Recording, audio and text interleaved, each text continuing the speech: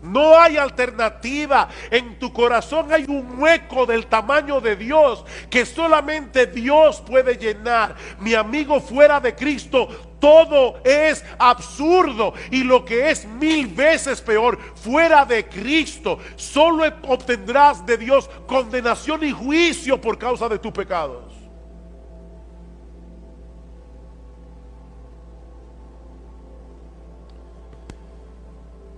Miren, hermanos, hay frases que en el mundo evangélico se repite tanto y tanto y tanto, que se convierten en clichés, y nosotros dejamos de percibir la verdad que hay detrás de esas frases que se repiten una y otra vez.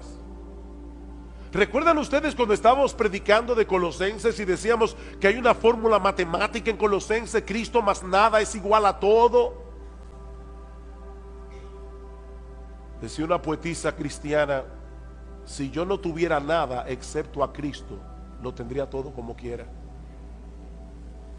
Eso no es un cliché, eso es una gran verdad. Cristo es el todo en todos. Es Cristo, es Cristo, es Cristo. Mis hermanos, mis amigos que están aquí, el significado de la vida, el propósito de nuestra existencia, todo gira en torno a Él. Él es el centro. Es Cristo, es Cristo, es Cristo y nadie más. Dice en la Escritura que hay un solo Dios y hay un solo mediador entre Dios y los hombres, Jesucristo hombre. Él se introdujo en la historia humana. Él vino y vivió debajo del sol. ¿Sabes para qué? Para morir por nuestros pecados, para reconciliarnos con Dios, y ahora ofrece en el Evangelio perdón y vida eterna a todo el que viene a Él en arrepentimiento y fe. A todos nos gusta pensar que las cosas que hacemos son importantes y que hacen alguna diferencia, que nosotros vamos a dejar una huella en el mundo cuando salgamos de aquí, pero ¿realmente es así? O para ponerlo en una forma más general, ¿hay algún propósito y significado para la existencia del hombre en un mundo como este, donde tenemos que enfrentar tantos problemas, tantas injusticias, tantas cosas torcidas que no parecen enderezarse nunca?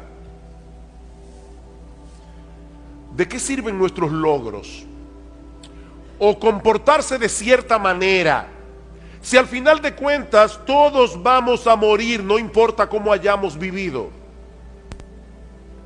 Ese es el tipo de cuestionamientos que se plantea el autor del libro de Eclesiastés, que comenzaremos a estudiar a partir de esta mañana. Y su respuesta inicial es tan desalentadora, tan devastadora, que algunos se preguntan cómo es posible que un libro como ese haya sido incluido en la Biblia.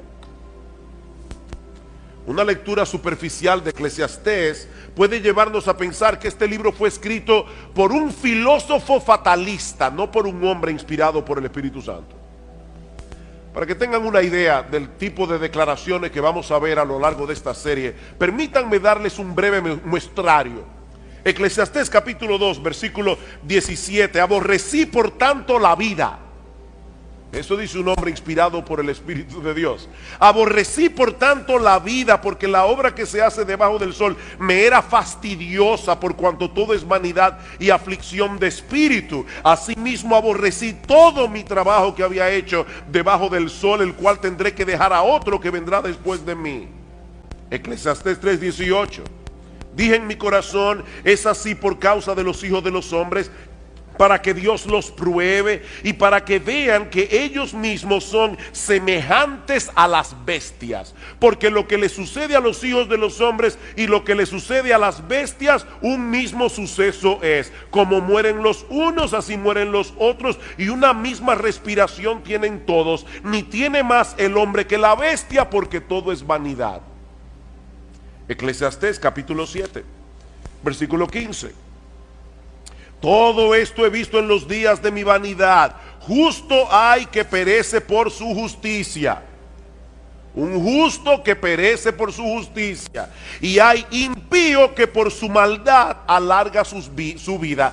No seas demasiado justo. Oigan lo que dice la Biblia. No seas demasiado justo. ni seas sabio con exceso. ¿Por qué habrías de destruirte? No hagas mucho mal, ni seas insensato. ¿Por qué habrás de morir antes de tu tiempo? Y yo no voy a hacer ningún comentario, simplemente estoy leyendo algunos versículos. Capítulo 8, versículo 14. Hay vanidad que se hace sobre la tierra, que hay justos a quienes sucede como si hicieran obras de impíos. Y hay impíos a quienes acontece como si hicieran obras de justo. Digo que esto también es vanidad. Por tanto alabé yo la alegría que no tiene el hombre bien debajo del sol, sino que coma y bebe y se alegre, y que esto le quede de su trabajo los días de su vida que Dios le concede debajo del sol. ¿Y qué le parece esta? Se lo voy a leer de la Biblia de las Américas. Eclesiastés 10:19. Para el placer se prepara la comida, el vino alegra la vida y el dinero es la respuesta para todo. Alguna persona dice medio en broma: el dinero no te lleva a la felicidad, pero te deja como a una cuadra. Y uno se ríe de ese tipo de declaraciones, pero encontrarla en la palabra de Dios, mis hermanos, eso es otra cosa. Es por eso que algunos consideran el libro de Eclesiastés como el más enigmático de todos los libros de la Biblia. De hecho, una persona le llama a Eclesiastés el niño problemático de la familia de los libros de la Biblia. Sin embargo, como espero que nosotros veamos a lo largo de esta serie, este no solo es un libro fascinante, inspirado por el Espíritu de Dios, un libro que nos prepara para recibir el Evangelio de Jesucristo, sino que también es de gran ayuda para que los creyentes tengan una correcta perspectiva de la vida aquí y ahora. Lo que hace el autor de Eclesiastés, como veremos en un momento, es examinar la vida del hombre desde una perspectiva completamente secular, sin tomar en cuenta la existencia de Dios, para entonces mostrarnos que desde ese punto de vista la vida del hombre es completamente absurda. La vida del hombre no tiene ningún sentido. En la mañana de hoy yo quisiera introducir este libro de las Escrituras considerando básicamente tres cosas: su autor, su tema y su propósito. Eso es todo lo que vamos a ver en esta mañana. Veremos el autor de Eclesiastés, el tema de Eclesiastés y el propósito de Eclesiastés. Versículo 1, Eclesiastés capítulo 1, versículo 1. Palabras del predicador, hijo de David, rey en Jerusalén. Esta palabra que nuestras versiones de la Biblia traducen como predicador es la palabra hebrea Kohelet, un título que se le daba en aquellos días a un orador oficial que tenía la autoridad para convocar una asamblea y para enseñar a una asamblea. De hecho, la palabra griega para asamblea es la palabra griega eclesia, de donde proviene nuestra palabra iglesia y de donde proviene también el título de este libro, Eclesiastés, o el predicador. Algunos traducen esta palabra como el maestro, otros como el filósofo. Hay otros que prefieren dejarla sin traducción y de llamarle a este individuo simplemente el Kohelet, pero la traducción de nuestras versiones sigue siendo una de las mejores: el predicador. Ahora bien, ¿quién es este predicador que se atribuye la autoría de este libro? Bueno, su nombre no se menciona en ninguna parte de Eclesiastés, pero todo luce indicar que se trata del rey Salomón. En el versículo 1 se refiere a sí mismo como hijo de David, rey de Jerusalén, y más adelante en el versículo 12 nos dice que él fue rey sobre todo Israel. Mis hermanos, ¿quién fue el único hijo de David que pudo reinar sobre toda la nación de Israel? Únicamente Salomón, porque en los días de Roboam, el hijo de Salomón, el reino se dividió en dos. Así que todo luce indicar que este predicador no es otro que el rey Salomón, aparte de que las experiencias que él comparte en el libro encajan perfectamente en lo que nosotros conocemos en la Biblia del rey Salomón. Como ustedes recordarán, Al principio de su reinado, el Señor se le apareció a Salomón y le dijo: pídeme lo que tú quieras. Y Salomón le pidió un corazón entendido para juzgar a tu pueblo y para discernir entre lo bueno y lo malo. Él pudo haber pedido muchas cosas, pero lo que le pidió a Dios fue sabiduría. Y dice en el versículo 10: y agradó delante del Señor, Primera de Reyes 3, que Salomón pidiese esto. Y le dijo Dios: porque has demandado esto y no pediste para ti muchos días, ni pediste para ti riquezas, ni pediste la vida de tus enemigos, he aquí que te he dado corazón sabio y entendido, tanto que no ha habido antes de ti otro como tú, ni después de ti se levantará otro como tú. Y aún también te he dado las cosas que no pediste, riquezas, gloria, de tal manera que entre los reyes no haya ninguno como tú en todos tus días. Y si anduvieres en mis caminos, guardando mis estatutos y mis mandamientos como David tu padre, yo alargaré tus días. Lamentablemente, Salomón no permaneció siendo fiel a Dios. Dice en el primer libro de Reyes, en el capítulo 11, que sus muchas mujeres desviaron su corazón hacia la idolatría. Salomón llegó a tener 300 esposas y 700 concubinas, un harén de 1000 mujeres. Por supuesto, la idolatría tiene consecuencias. Y la vida de Salomón se volvió un total desastre. Y aunque nosotros no tenemos constancia de que Salomón se haya arrepentido y haya vuelto a los caminos del Señor, el libro de Eclesiastés parece ser su testimonio de arrepentimiento. Al final de su vida, Salomón quiso compartir las lecciones que aprendió de mala manera durante su tiempo de apostasía. ¿Y cuál es el tema de este libro? Versículos 2 y 3. Vanidad de vanidades, dijo el predicador, vanidad de vanidades, todo es vanidad. ¿Qué provecho tiene el hombre de todo su trabajo con que se afana debajo del sol? Y hermanos, esta es una frase clave que se repite 29 veces en todo el libro.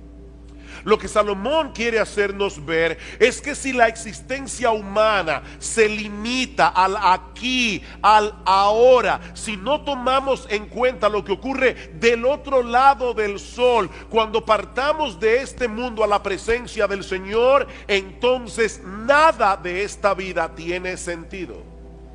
Vanidad de vanidades, vanidad de vanidades, todo es vanidad. La Nueva Versión Internacional traduce esta frase: lo más absurdo de lo absurdo, lo más absurdo de lo absurdo, todo es absurdo. Y aún otro lo traduce: frustración de frustraciones, todo es frustración.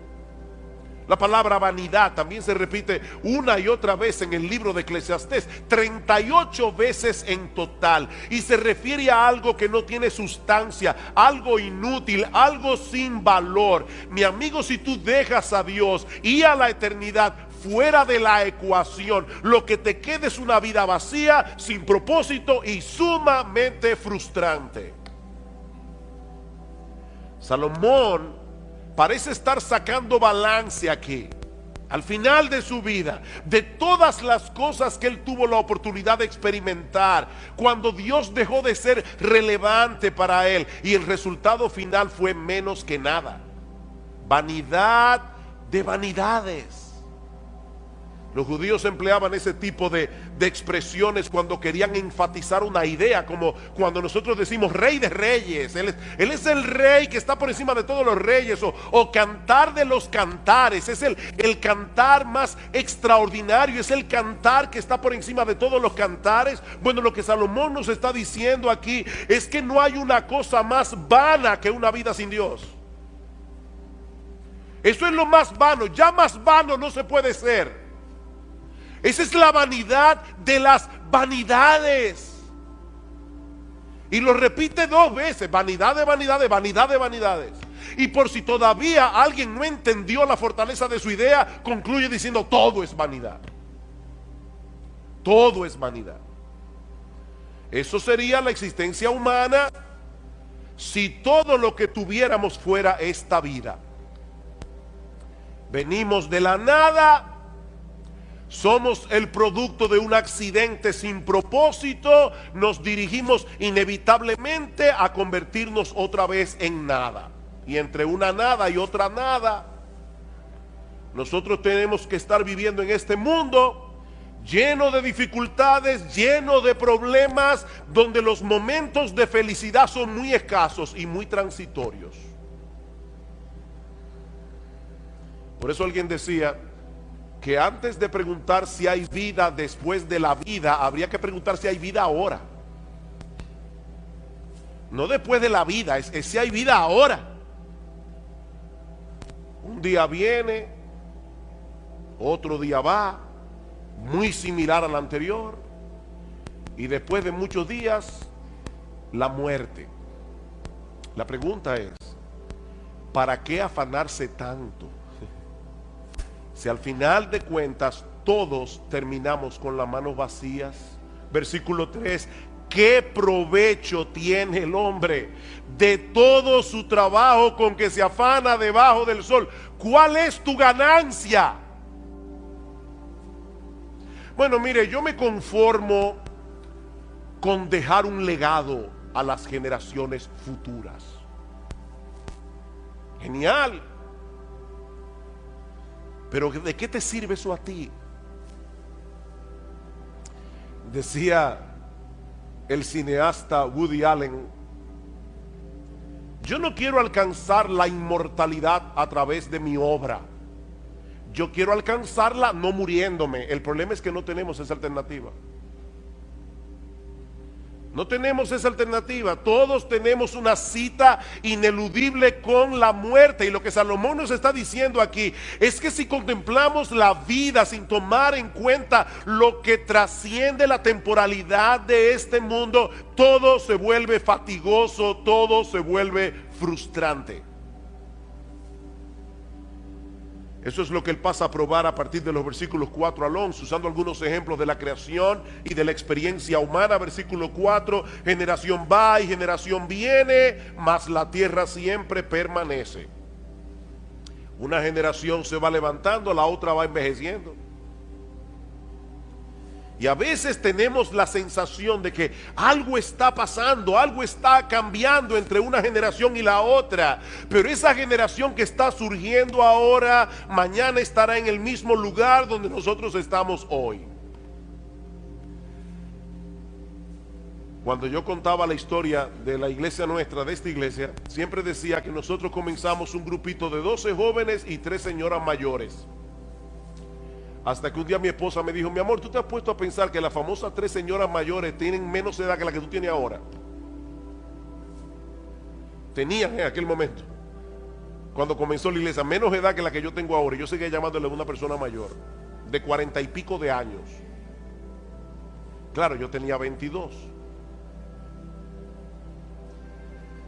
Y los que se levantarán después de nosotros repetirán el mismo ciclo otra vez. No porque la historia humana sea cíclica, como dicen algunos, sino porque en el fondo el hombre sigue siendo el mismo. Ahora tenemos computadora, tenemos internet, tenemos muchísimas cosas, pero el hombre sigue siendo el mismo. Escuchen este comentario. Los muchachos de ahora aman el lujo, se comportan de una forma inapropiada, desacatan la autoridad y no muestran respeto hacia los que son mayores que ellos. ¿Verdad que parece una declaración muy actual? Eso lo dijo Sócrates en el siglo V antes de Cristo. ¿Y qué le parece esta de Pedro el Ermitaño? Pedro el Ermitaño nació en el 1050, murió en el 1115. Los jóvenes de hoy solo piensan en sí mismos, no tienen ninguna reverencia hacia sus padres, o los ancianos se impacientan ante toda la restricción y hablan como si lo supieran todo.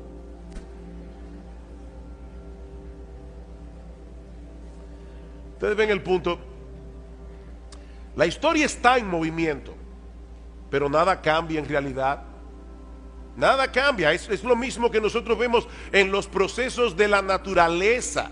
A pesar de la diversidad y los cambios que nosotros vemos a nuestro alrededor, la naturaleza es sorprendentemente uniforme en su funcionamiento. De hecho, eso es lo que permite que hagamos ciencia. Los científicos pueden evaluar los procesos de la naturaleza porque todo se repite una y otra vez. Versículo 5: sale el sol, se pone el sol, se apresura a volver al lugar de donde se levanta, el viento tira hacia el sur y rodea el norte, va girando de continuo y a sus giros vuelve el viento de nuevo. Los ríos todos van al mar y el mar no se llena. Al lugar de donde los ríos vinieron, allí vuelven para correr de nuevo. El sol salió esta mañana, se va a poner esta tarde, así será mañana y pasado mañana y dentro de 10 meses y dentro de 100 años. La misma rutina. Y lo mismo ocurre con el viento. El viento se mueve constantemente en una serie de circuitos que nosotros no podemos entender del todo y que tampoco cambiará con el paso de los siglos. El mismo circuito. Todos los ríos desembocan en el mar, pero el mar nunca se llena. Y al lugar de donde los ríos vinieron, allí vuelven para correr de nuevo. La misma cosa una y otra vez. Y esa monotonía de la naturaleza no es otra cosa que un reflejo de la monotonía de la vida humana.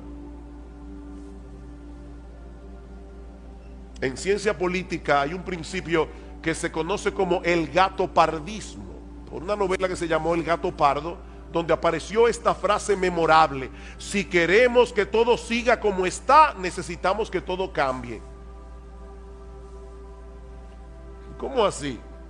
Bueno, lo que este principio establece es que los políticos tienen que iniciar constantemente algo que se parezca una transformación revolucionaria, pero dejando en realidad las mismas estructuras de poder, de manera que todo cambia, pero nada cambia. ¿O no es así? Eso es el gatopardismo. Todo cambia, pero nada cambia.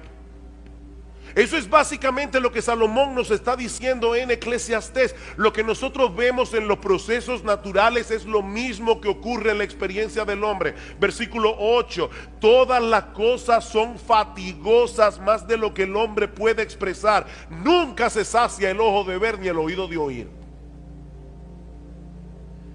Eso fue cierto en los días de Salomón, lo es en el día de hoy.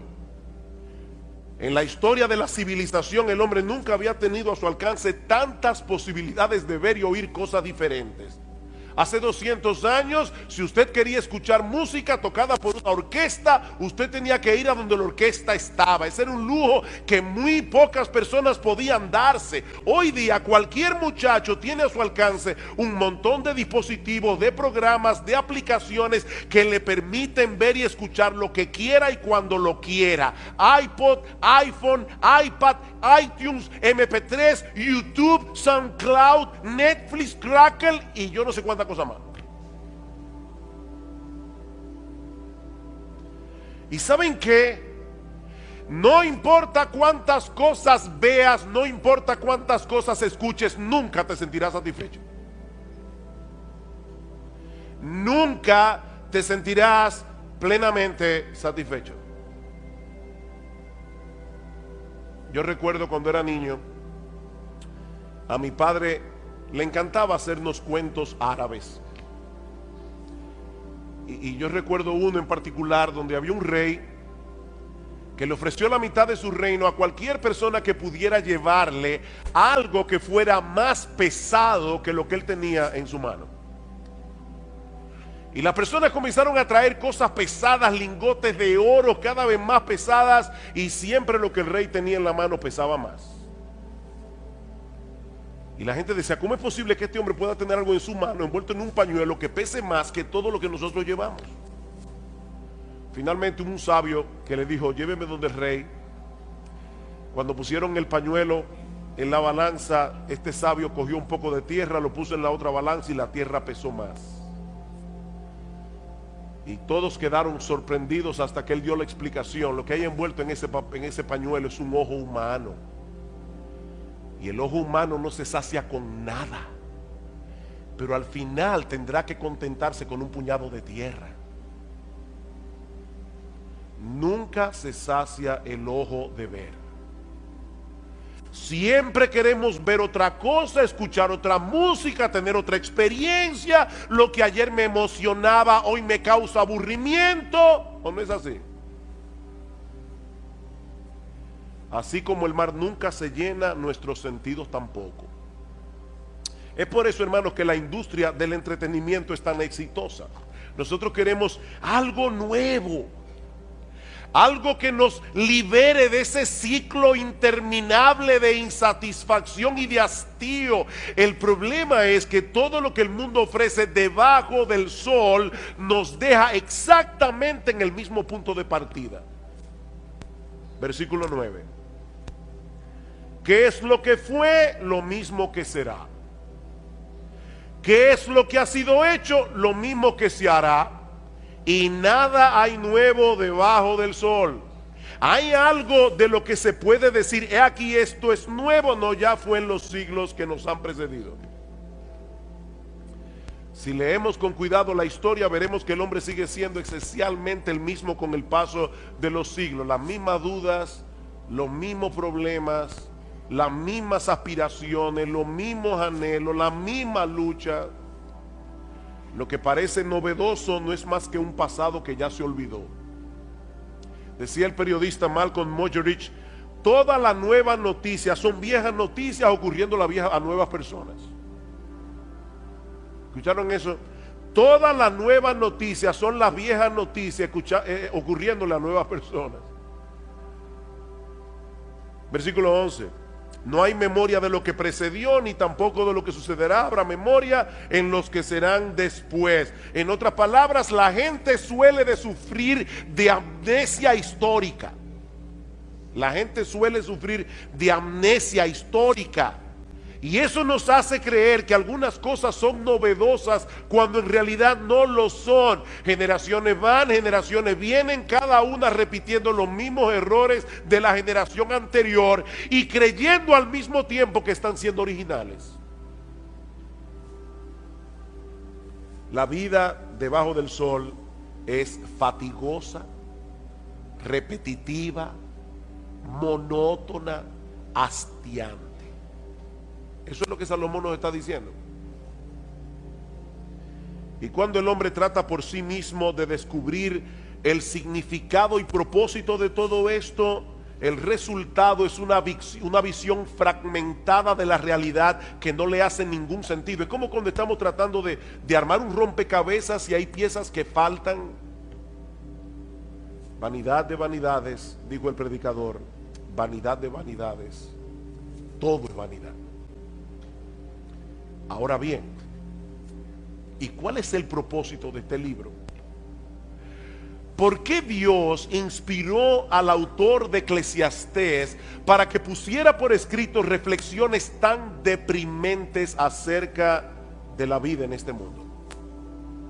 Eso nos lleva a nuestro tercer y último encabezado. Ya vimos el autor del libro, el tema del libro. Veamos ahora su propósito. Y yo creo que el apóstol Pablo nos muestra incidentalmente por qué se escribió el libro de Eclesiastés. Dice en Romanos capítulo 8 versículo 20 que la creación fue sujetada a vanidad. Otra vez la misma palabra. La creación por causa del pecado fue sujetada a producir lo que no sirve. La creación fue sujetada a no dar todo el potencial que tiene dentro, no por su propia voluntad, sino por causa del que la sujetó en esperanza. En el libro de Eclesiastés, Salomón quiere que sintamos el peso de lo absurda que resulta la vida debajo del sol, destruir en nosotros toda esperanza de encontrar propósito, significado o satisfacción en ninguna de las cosas que este mundo ofrece, para entonces llevarnos de la mano a poner toda nuestra esperanza únicamente en Dios. Ese es el propósito. Él quiere destruir todo aquello que pueda ser una esperanza para ti. Cualquier cosa.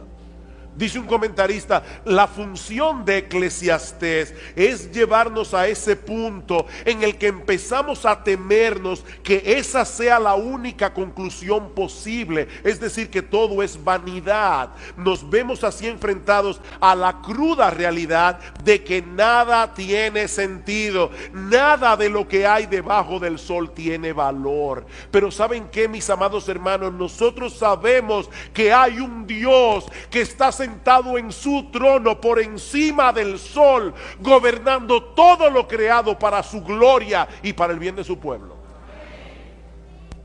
Y eso hace toda la diferencia del mundo. Mis hermanos, ese Dios no solo ha prometido libertar su creación de la vanidad a la que fue sometida por causa del pecado, como dice Pablo en Romanos 8, sino que también nos permite contemplar ese mismo escenario que Salomón nos presenta en Eclesiastés, pero desde otra perspectiva completamente diferente.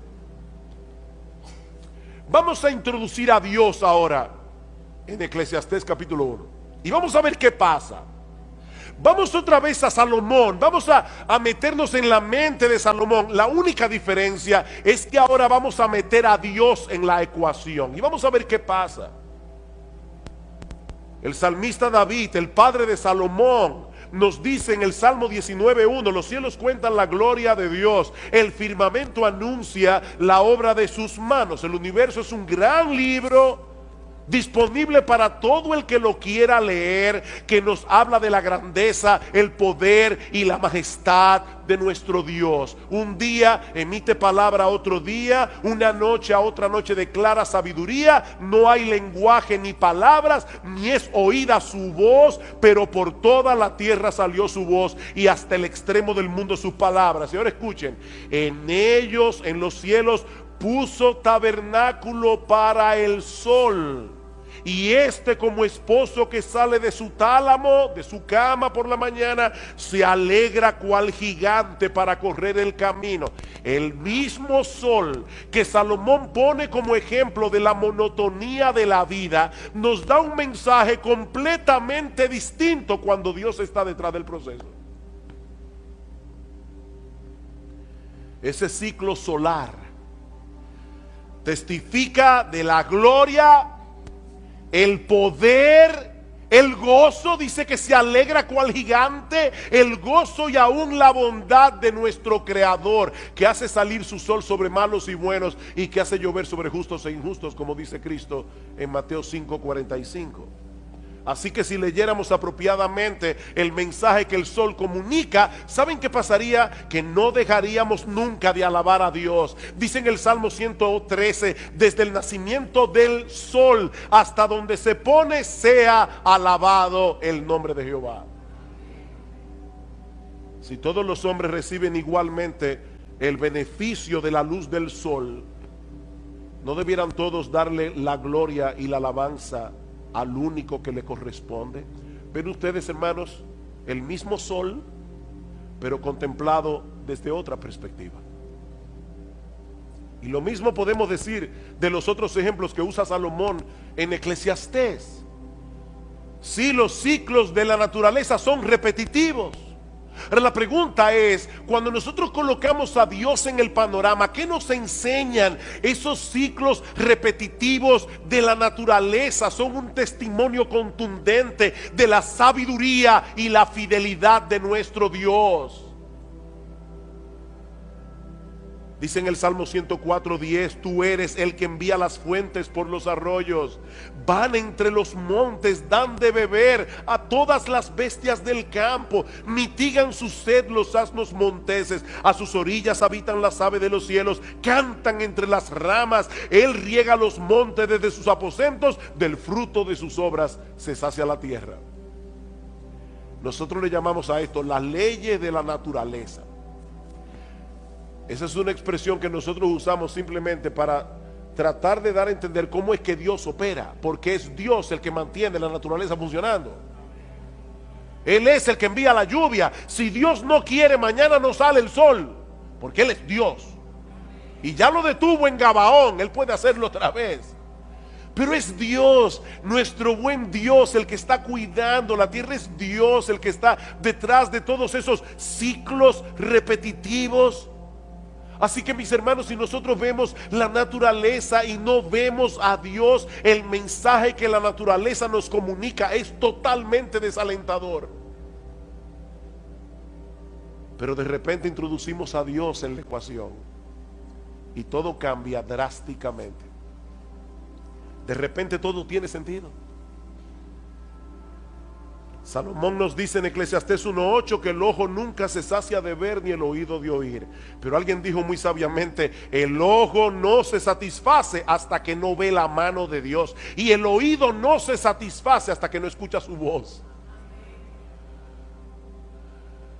Mis ovejas oyen mi voz, dice el Señor en Juan 10:27, y yo las conozco y me siguen, y yo les doy vida eterna, y no perecerán jamás, ni nadie las arrebatará de mi mano. Yo soy el pan de vida. El que a mí viene nunca tendrá hambre, y el que en mí cree no tendrá sed jamás. Ustedes se dan cuenta, hermanos, del contraste tan marcado que hay entre Eclesiastés y el Evangelio. Por un lado, vanidad de vanidades, todo es vanidad. Por el otro lado, yo he venido para que tengan vida y para que la tengan en abundancia. Juan capítulo 10, versículo 10. Salomón nos dice en Eclesiastés 1:9 que no hay nada nuevo debajo del sol.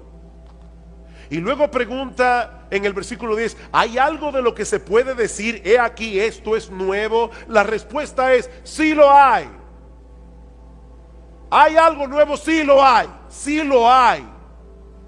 Siempre y cuando contemplemos a Dios en el centro de todo. Ese es el punto. Sí lo hay.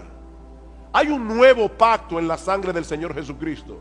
Dice en Lucas 22:20, un nuevo pacto por medio del cual todos nuestros pecados son perdonados. Un nuevo pacto donde Dios nos concede de pura gracia el don de la vida eterna. Sí hay algo nuevo. Dice en Ezequiel capítulo 36 que Dios promete darnos un nuevo corazón para que podamos reverenciarle como es debido, para que podamos obedecer sus mandamientos. Dice en 2 Corintios 5:17 que si alguno está en Cristo, nueva criatura es. Sí, Salomón, hay algo nuevo. Dios me hizo nuevo, Dios me transformó, Dios me libertó del pecado. Si alguno está en Cristo, nueva criatura es. Las cosas viejas pasaron, he aquí todas son hechas nuevas. Hay algo nuevo, sí, Salomón dice en Efesios 4:24 que Dios nos ha dado un nuevo hombre, creado según Dios en la justicia y santidad de la verdad. Y por si todo esto fuera poco, dice en Apocalipsis 21:5, y el que estaba sentado en el trono dijo: he aquí yo hago nuevas todas las cosas. Todas las cosas. Queridos hermanos, algún día todo será nuevo. Algún día todo será nuevo. Esta creación que fue sujetada a vanidad, esta creación que fue sujetada a producir lo que no sirve, será libertada de la esclavitud de la corrupción, dice Pablo en Romanos 8:21, a la libertad gloriosa de los hijos de Dios. En aquel día será eliminado por siempre todo vestigio del pecado en nosotros y en lo creado. Y ¿saben qué, mis amados hermanos? Nunca más experimentaremos la frustración y el hastío que muchas veces experimentamos en este mundo caído, aún los cristianos. O tú nunca te aburres, tú nunca te hastías, nunca te sientes frustrado.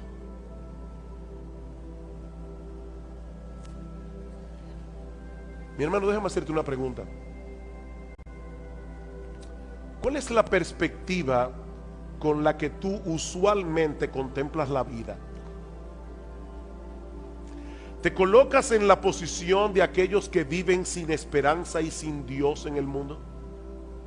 A veces yo escucho a los creyentes con tantas quejas que uno se pregunta: ¿dónde está Dios? ¿Dónde está Dios? ¿Cuál es tu perspectiva de la vida, mi hermano? ¿Eres tú de aquellos que aún siendo cristiano, redimido por la sangre del Cordero, contemplan la vida desde la perspectiva de aquellos que viven sin esperanza y sin Dios? ¿O te levantas por encima de lo que tus ojos ven debajo del sol para contemplar todas las cosas a través de la presencia omnipresente de Dios en el mundo? Miren, hermanos, no hay que ser un incrédulo para perder de vista a Dios. De hecho, en la época de Salomón el ateísmo no se conocía. Eso era algo extraño. Salomón no está diciendo que vamos a contemplar la vida desde el punto de vista del ateo. Basta simplemente con que tú creas en Dios, pero no lo tomes en cuenta. No hay que ser un incrédulo para perder de vista a Dios. Sobre todo cuando las cosas no están saliendo como nosotros quisiéramos. Pero Dios sigue estando en su trono, dando un sentido y propósito a todas las cosas, para que al final de la historia todas redunden para su gloria y para el bien de su pueblo. Miren, mis hermanos, Dios se va a salir con la suya. Nadie puede frustrarlo. Él tiene un plan,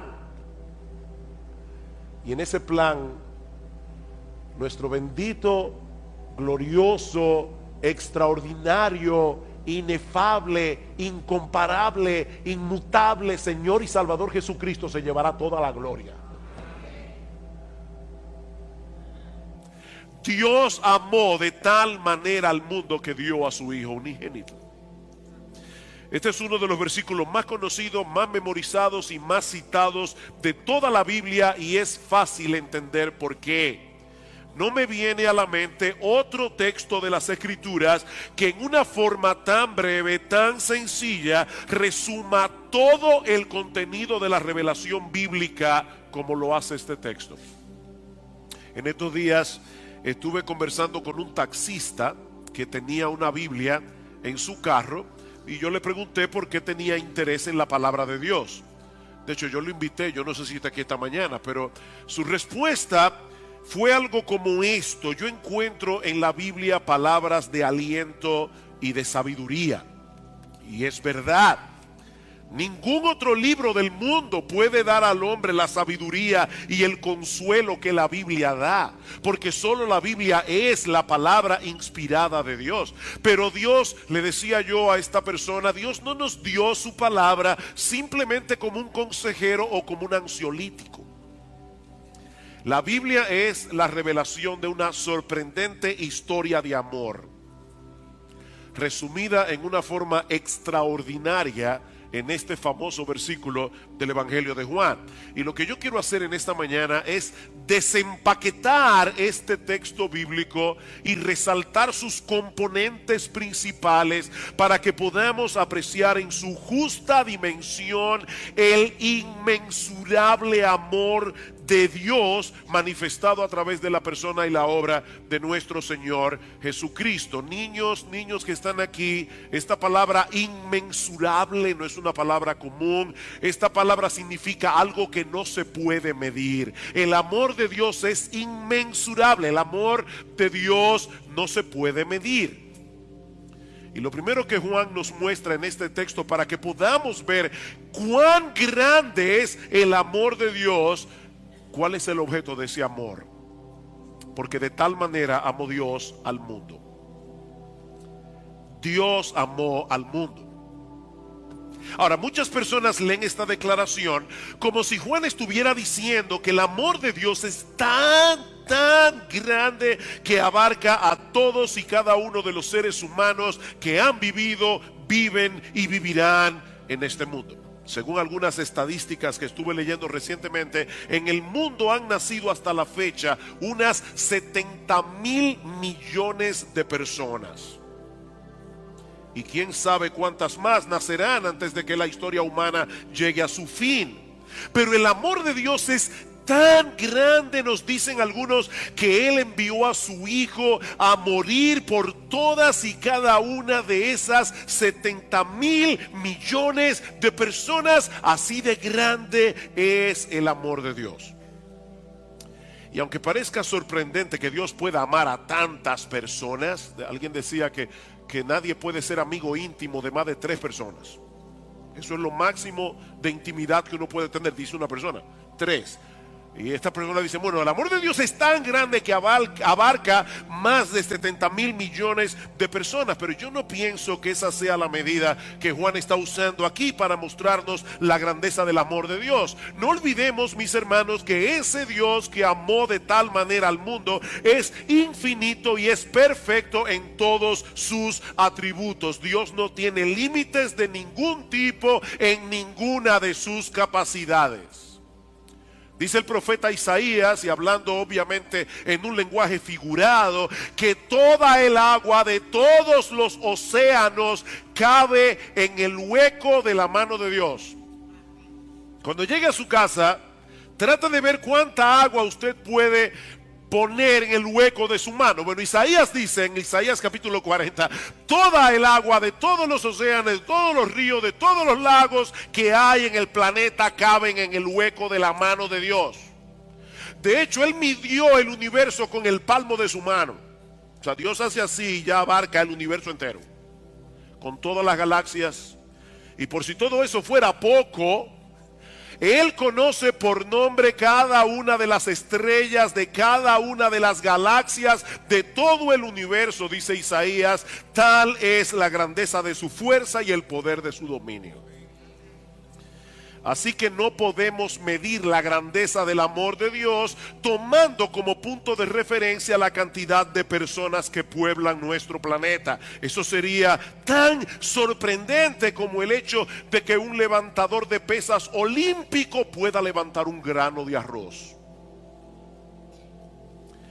Esa unidad de medida no es suficiente para medir la grandeza del amor de Dios. Pero no solo eso. Aquellos que interpretan la palabra mundo de tal manera que abarque a todos los hombres que han vivido, viven y vivirán en el planeta sin darse cuenta, y estoy seguro de que sin quererlo, terminan empequeñeciendo y limitando el amor de Dios. Permítame explicar a qué me refiero. Es evidente que no todas las personas del mundo se salvan, ¿verdad que sí? No todo el mundo cree en Cristo. No todo el mundo irá al cielo. Así que si identificamos la palabra mundo con todos y cada uno de los seres humanos que han vivido, viven y vivirán en el planeta, tenemos que llegar a la conclusión de que lo que Dios hizo a favor de todos esos individuos fue abrirles un camino de salvación y nada más.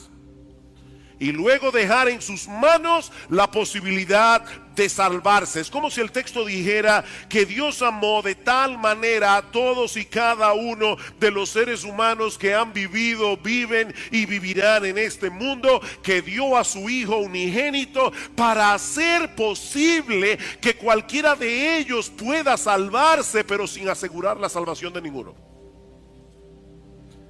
Por eso es que pienso que eso empequeñece y limita el amor de Dios. Mis hermanos, es imposible que nosotros interpretamos este texto de esta manera. Y créame que no es mi interés en esta mañana meterme en una discusión teológica por el mero hecho de discutir. Mi interés es que apreciemos en su justa medida el inmensurable amor de Dios. Noten que en el versículo 17 el Señor Jesucristo dice que Él vino al mundo a salvar al mundo, no simplemente a hacer posible que algunos se salven. Versículo 17, porque no envió Dios a su Hijo al mundo para condenar al mundo. De hecho, sería perfectamente legítimo que Dios enviara a su Hijo a exterminar al mundo, porque el mundo lo merece. Pero Cristo no vino a exterminar al mundo, que merece ser exterminado. Él vino a salvarlo. A salvarlo, no simplemente a hacer posible su salvación. No envió Dios a su Hijo al mundo para condenar al mundo, sino para que el mundo sea salvo por Él. De hecho, esa es la razón por la que Jesús se llama Jesús Dice en Mateo capítulo 1 versículo 21, la palabra Jesús significa Jehová salva. Él se llama Jesús porque Él salvará real y efectivamente a su pueblo de sus pecados. Él no vino a hacer posible que tal vez, quizás, en una remota posibilidad algunos se salven. No, Él vino a salvar.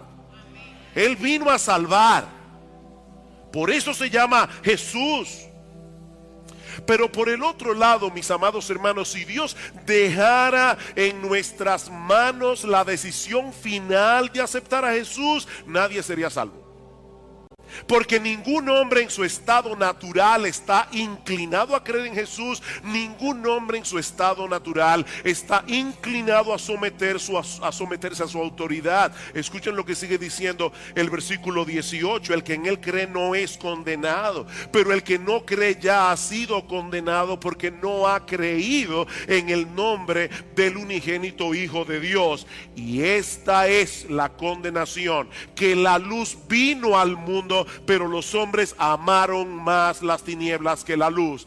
¿Quiénes amaron más las tinieblas que la luz? Todos y cada uno de los seres humanos que han vivido, viven y vivirán en este mundo. No aman la luz, porque sus obras eran malas, dice Juan. Porque todo aquel que hace lo malo aborrece la luz y no viene a la luz para que sus obras sean reprendidas. Mis amados hermanos, ¿cuántas personas de este planeta hacen lo malo? Todos y cada uno de las personas que viven en este planeta. Dice Pablo en Romanos capítulo 3 versículo 12 que en todo este mundo no hay una sola persona que haga lo bueno. No hay ni siquiera uno. Así que si el Señor se hubiera limitado a enviar a su Hijo a morir por todos los habitantes del planeta y luego hubiera dejado en nuestras manos la decisión final de la salvación, nadie hubiera sido salvo. Pero Cristo vino a salvar al mundo, no simplemente a crear la posibilidad de que alguien se salvara. ¿Qué significa entonces que Dios amó al mundo? Miren, mis hermanos, yo espero en el Señor que Él me dé la capacidad de impresionarlos en esta mañana. ¿Qué significa que Dios amó al mundo? Bueno, cuando Juan usa la palabra mundo en su evangelio, generalmente es para referirse al sistema de maldad imperante en el mundo y que se opone radicalmente a Dios y a sus caminos. Hace poco nosotros estuvimos estudiando aquí el discurso del aposento alto, los capítulos 13 al 16 del evangelio de Juan. Y uno de los temas prominentes de ese discurso es la oposición que el mundo levanta contra los cristianos por el mero hecho de ser cristianos. Si el mundo os aborrece, dice el Señor, sabed que a mí me ha aborrecido antes que a vosotros. El mundo aborrece a Cristo y por consiguiente el mundo aborrece a todos aquellos que siguen al Señor. Pero fue precisamente por amor a ese mundo de maldad, por amor a ese mundo en pecado, por amor a ese mundo que lo aborrece, que Dios el Padre envió a su Hijo. Dice Benjamin Warfield que lo que Juan quiere mostrarnos en este texto no es que el mundo es tan grande que hace falta mucho amor para abarcarlo todo, sino que el mundo es tan malo que hace falta un amor muy grandioso para amarlo en su totalidad y mucho más amor para amarlo tal como Dios lo amó al dar a su Hijo por él. Ese es el énfasis del texto. Ese Dios, sigue diciendo Warfield, cuya santa justicia se inflama de indignación ante la visión de toda iniquidad y cuya absoluta santidad se aparta con horror ante cualquier impureza. Ese Dios ama a este mundo en pecado a pesar de todo. De tal manera que ha dado a su Hijo unigénito para que muera por él. Y eso nos lleva de la mano al segundo aspecto que se resalta en este texto. Y es lo que Dios estuvo dispuesto a hacer por amor a ese mundo pecador. Porque de tal manera amó Dios al mundo que ha dado a su Hijo unigénito. Lamentablemente los editores de la Reina Valera del 60, que la mayoría de ustedes usan, dividieron este pasaje colocando un título entre los versículos 15 al 16. ¿Se dan cuenta? Y eso puede llevarnos a perder de vista el flujo de pensamiento de este pasaje. Pero noten, mis hermanos y amigos que están aquí en esta mañana, que Juan 3:16 comienza con un porque. Un porque de tal manera. Lo que quiere decir que Juan 3:16 está conectado con el diálogo de Jesús con Nicodemo que se relata en los versículos anteriores y sobre todo con los versículos 14 y 15. Nosotros veíamos la semana pasada que el Señor está haciendo alusión en esos versículos a un episodio muy conocido en la historia de Israel para ilustrarle a Nicodemo la naturaleza de su misión en el mundo. En un momento en que los israelitas habían pecado gravemente contra Dios, camino a la tierra de Canaán, fueron castigados por medio de serpientes venenosas que mordían al pueblo. Los israelitas reconocen su pecado y le piden a Moisés que interceda por ellos. Y como respuesta a su oración, Dios le ordena hacer una serpiente de bronce, para que todo aquel que mirare a la serpiente después de hacer mordido fuera librado de los efectos mortales del veneno.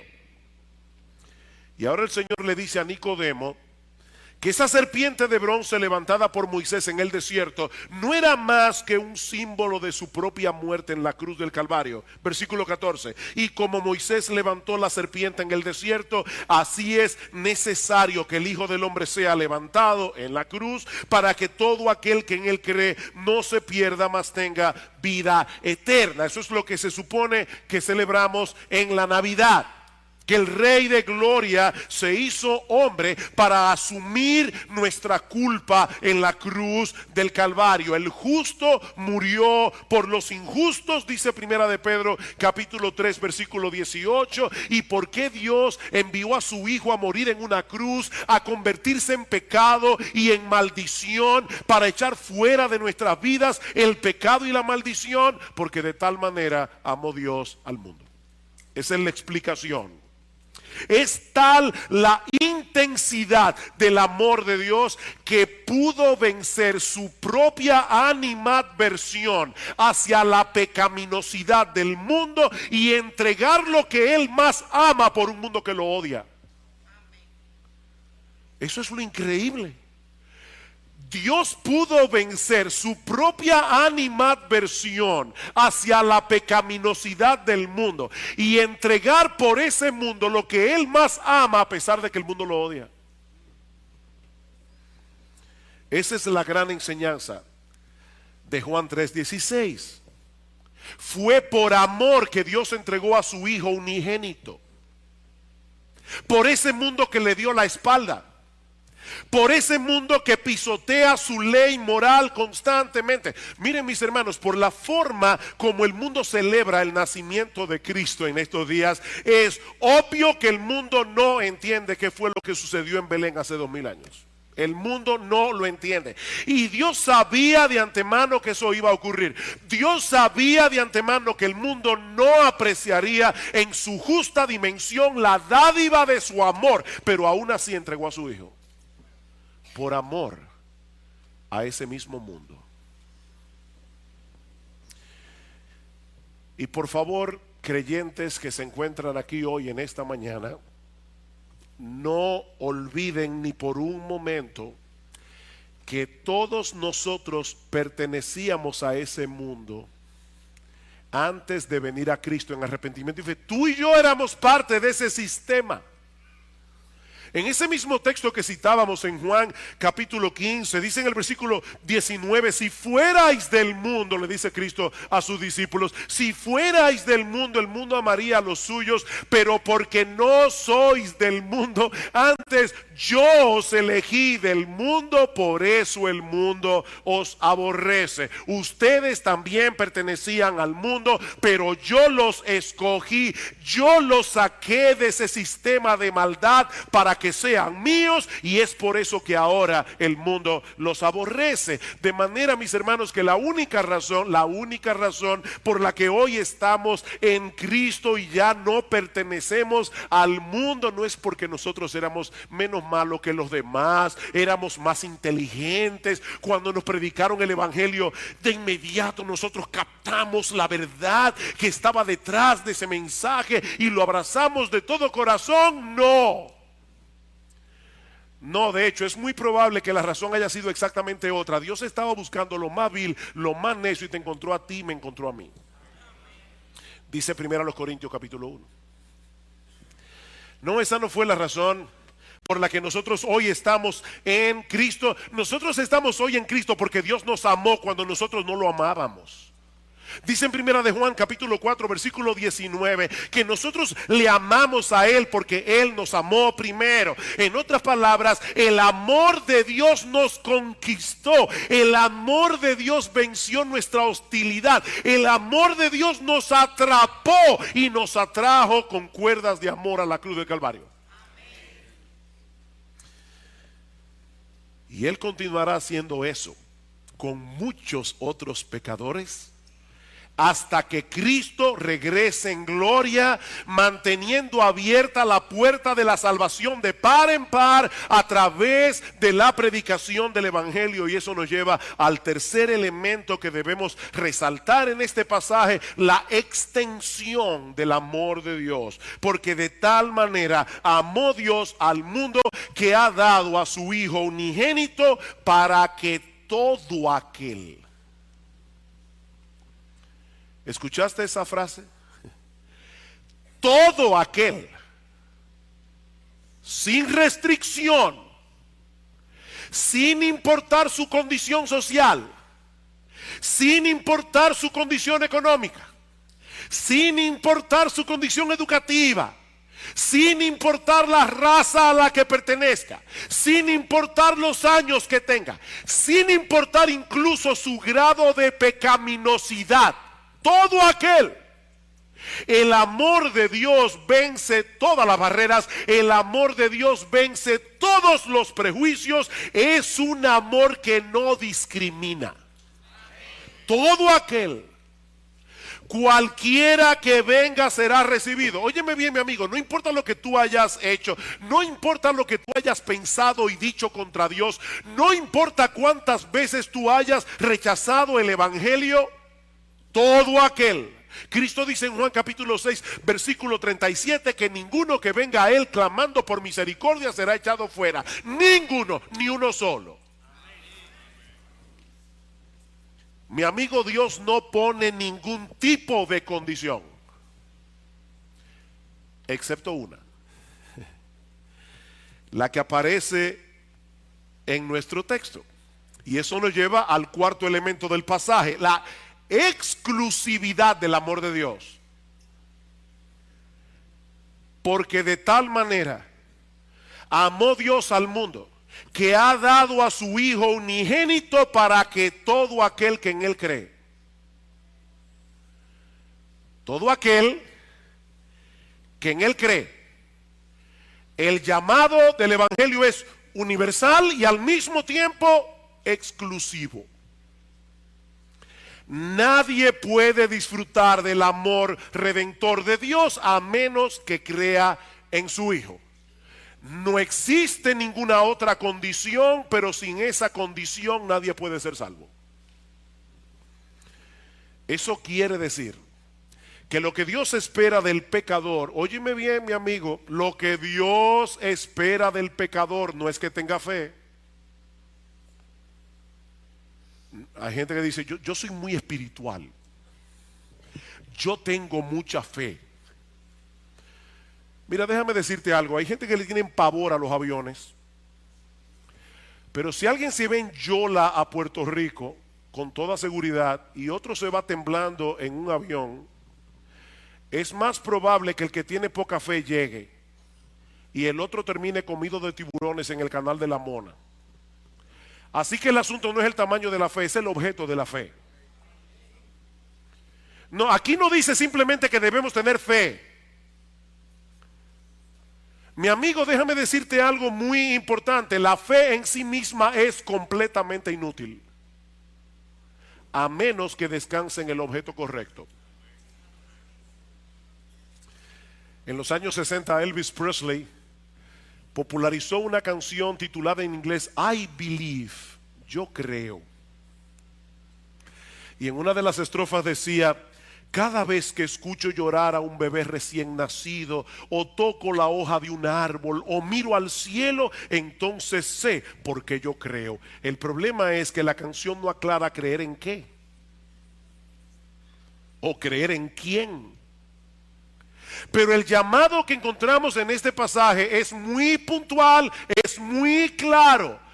Todo aquel que cree en el Hijo unigénito de Dios. Versículo 14 otra vez: como Moisés levantó la serpiente en el desierto, así es necesario que el Hijo del Hombre sea levantado, para que todo aquel que en Él cree, no se pierda, mas tenga vida eterna. Porque de tal manera amó Dios al mundo, que ha dado a su Hijo unigénito, para que todo aquel que en Él cree no se pierda, mas tenga vida eterna. Porque no envió Dios a su Hijo al mundo para condenar al mundo, sino para que el mundo sea salvo por Él.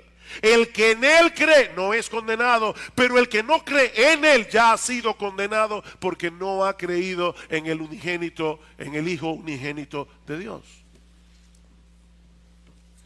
¿Sabes lo que eso significa, mi amigo?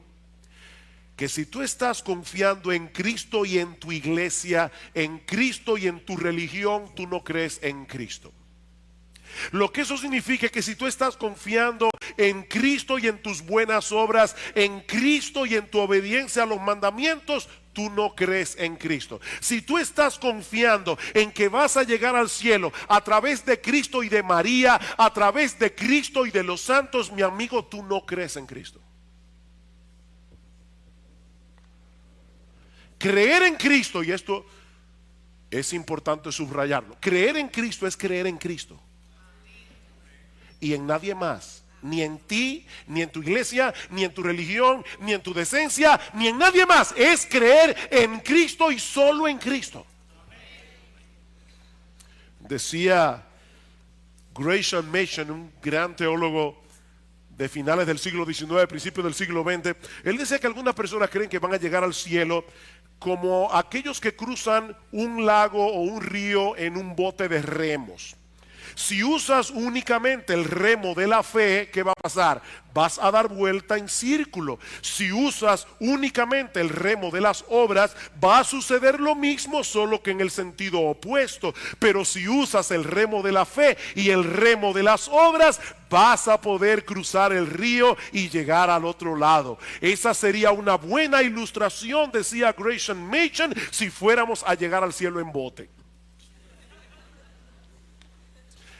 Pero resulta que nadie va a llegar al cielo en un bote de remos. El que llegue al cielo va a llegar únicamente por medio de Jesucristo. Yo soy el camino, yo soy la verdad, yo soy la vida. Nadie, ¿y a quién incluye ese nadie? A todos. Nadie viene al Padre sino por mí. Mi amigo, todas las otras vías inventadas por el hombre te llevarán a un destino equivocado. No importa lo sincero que puedas ser en tu creencia. Si te tomas un negro eterno, para los que no saben, eso es un veneno. Pues si te tomas un negro eterno o un trespasito creyendo que es un jugo de naranja, te vas a morir igual, no importa la fe que tengas. Dicen Proverbios que hay caminos que al hombre le parecen derecho, pero su fin es camino de muerte. De hecho, y yo sé que si lo que yo he dicho hasta ahora puede sonar extraño, esto sí que va a sonar extraño. El asunto ni siquiera radica en el hecho de que creas en Cristo. ¿Me oíste bien? El asunto ni siquiera radica en el hecho de que creas en Cristo. Es que creas en Cristo tal como Él es presentado en el Evangelio. ¿Y cómo Cristo es presentado en el Evangelio? Como el único que puede salvar a los pecadores y satisfacer plenamente tu alma inmortal. Yo soy el pan de vida, dice el Señor en Juan capítulo 6, versículo 35. El que a mí viene nunca tendrá hambre, y el que en mí cree no tendrá sed jamás. En otras palabras, solo yo puedo satisfacer plenamente a todos aquellos que creen en mí, que creen que acerca de Cristo, que solo en Él hay plena salvación, que solo en Él hay plena satisfacción. Así que no tiene sentido que alguien diga creer en Cristo, y mucha gente dice creer en Cristo. No tiene sentido que alguien diga creer en Cristo si al mismo tiempo no ve a Cristo como un tesoro de incalculable valor por el que vale la pena perderlo todo.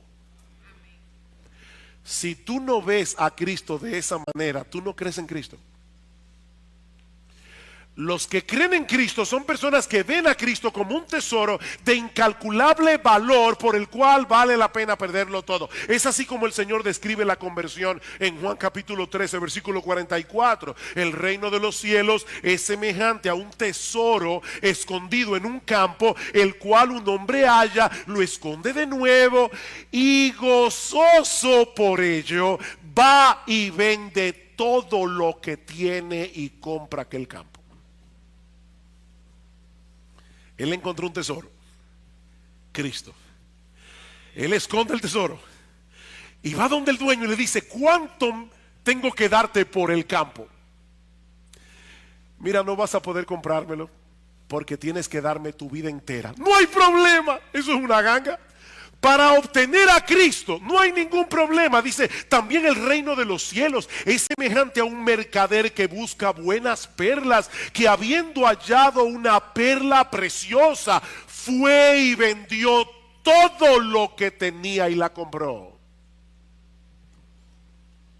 A veces uno le está predicando el evangelio a las personas, dicen: ¿y qué yo tengo que dejar para ser cristiano? Mire, cuando alguien le haga esa pregunta, sígale predicando, porque él no ha entendido. Él no ha entendido. Uno de los grandes problemas de muchos púlpitos en el día de hoy es que llevan a las personas a hacer una decisión por Cristo, pero presentándolo como una especie de póliza de seguro. Vas a tener una vida feliz, una vida exitosa, tu matrimonio será pleno, tus hijos serán obedientes, siempre tendrás salud, y para colmo, cuando mueras vas al cielo. No, mira, déjame decirte algo. Es muy probable que si te conviertes a Cristo y tu esposo o tu esposa no se convierte, vas a tener un problema mayor en tu casa. Es probable que si te conviertes a Cristo y tus hijos no se convierten, vas a tener un serio problema en el seno de tu familia. Y aún así vale la pena seguir a Cristo. No, Cristo no es un medio para lograr un fin. Él es el fin. Él es la meta a la que Dios quiere llevarnos a través de la fe. Y eso nos lleva al último elemento que encontramos en este texto. Y es el resultado del amor de Dios. Escuchen otra vez. Porque de tal manera amó Dios al mundo, que ha dado a su Hijo unigénito, para que todo aquel que en Él cree no se pierda, mas tenga vida eterna. He ahí las únicas dos opciones para toda la raza humana: salvación o perdición. Y óyeme bien, mi amigo, si tú estás aquí en esta mañana, debes entender que tú estás en uno de los dos grupos. No hay tres, no hay cuatro, solo dos: salvación o perdición, vida eterna o condenación. Y lo que hace la diferencia es únicamente la fe en nuestro Señor Jesucristo. Los creyentes no tendrán que enfrentar el veredicto de condenación en el tribunal de Dios, porque hemos confiado en aquel que pagó nuestra deuda muriendo en nuestro lugar en la cruz del Calvario. Pero los que permanecen en su incredulidad no podrán escapar de ese terrible destino, porque el veredicto ya fue emitido en el tribunal de Dios. El que en él cree no es condenado, pero el que no cree ya ha sido condenado, porque no ha creído en el nombre del unigénito Hijo de Dios. De hecho, eso es lo que el Señor repite otra vez en el versículo 36. El que cree en el Hijo tiene vida eterna, pero el que rehúsa creer en el Hijo no verá la vida, sino que la ira de Dios está sobre él. Otra vez, solo hay dos opciones: vida eterna, condenación perpetua. Y la línea que demarca y separa un destino del otro es el Señor Jesucristo. Es el que cree en el Hijo el que tiene vida eterna. Y por si acaso, eso no significa simplemente que los creyentes vivirán por los siglos de los siglos. Los impíos también vivirán por los siglos de los siglos en el infierno.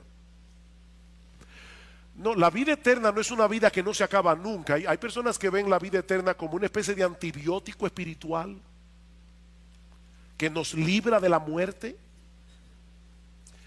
No, lo que ese término vida eterna significa es que los que creen en Jesús vivirán en una deleitosa comunión con el Padre y con el Hijo por los siglos de los siglos. Juan capítulo 17 versículo 3: y esta es la vida eterna, que te conozcan a ti, el único Dios verdadero, y a Jesucristo a quien has enviado. Esa es la vida eterna. Como decíamos recientemente en un mensaje, el Señor no define la vida eterna en términos de tiempo, sino de relación.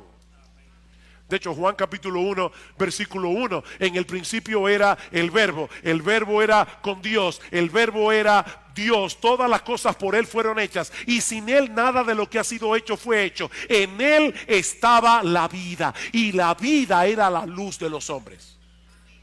¿Qué es la vida? El Espíritu Santo trae su luz, abre nuestros ojos y nos hace ver lo hermoso, maravilloso, extraordinario que es nuestro Señor Jesucristo. La vida eterna es tener comunión con Él. Por eso alguien decía: el cielo es el cielo porque Cristo va a estar allí. Y aún el infierno sería el cielo si Cristo estuviera allí. El cielo es el cielo porque Cristo estará allí. Todo aquel que cree en Jesús como un Salvador todo suficiente recibirá por medio de la fe el perdón de todos sus pecados y el don de la vida eterna, que no es otra cosa que una deleitosa y perpetua comunión con Él. Y eso es lo que el mundo está supuesto a celebrar el próximo 25 de diciembre. El inmensurable amor de Dios mostrado a través de la persona y la obra de nuestro Señor Jesucristo a favor de una raza de gente pecadora que lo aborrece, para que todo aquel que deposita su fe en Jesús reciba el perdón de todos sus pecados y el don de la vida eterna. Y ahora yo te pregunto, ¿cuál será tu respuesta en esta mañana al incomprensible, sorprendente, maravilloso, extraordinario amor de Dios en Cristo? Mire, déjenme decirles algo: el amor de Dios es un misterio. El amor de Dios es un misterio. Nosotros no podemos entender ¿cómo es que dentro de sí mismo Dios puede vencer su propia animadversión hacia un mundo pecador y entregar lo que Él más ama por amor a una humanidad caída que es totalmente contraria a lo que es atractivo a sus ojos? Yo no entiendo el amor de Dios. ¿Cómo es que Dios puede amar a un mundo que al mismo tiempo le causa repulsión? Y por amor a ese mundo que le causa repulsión por causa de su pecado, Él entregó lo que Él más ama. Yo creo que el apóstol Pablo captó perfectamente este dilema en el capítulo 5 de su carta a los Romanos. Porque Cristo, cuando aún éramos débiles, a su tiempo murió por los impíos. ¿Oíste bien? Cristo murió por los impíos. Ciertamente apenas morirá alguno por un justo. Con todo pudiera ser que alguno osara morir por el bueno. Y Pablo acaba de decir en el capítulo 3 que no hay nadie bueno. Es una hipérbole que Pablo está usando aquí. Mas Dios muestra su amor para con nosotros en que siendo aún pecadores, Cristo murió por nosotros. Cristo vino al mundo a morir en una cruz, a hacerse pecado, a hacerse maldición, a ser abofeteado, crucificado, escupido, coronado de espinas por el mundo que Él mismo creó, por el mundo que Él sostiene. Cristo vino a hacer todo eso a favor de un montón de personas débiles, impías y pecadoras, para que todo aquel que en Él cree no se pierda, mas tenga vida eterna. Y yo vuelvo y te pregunto, ¿cuál será tu respuesta en esta mañana al amor de Dios?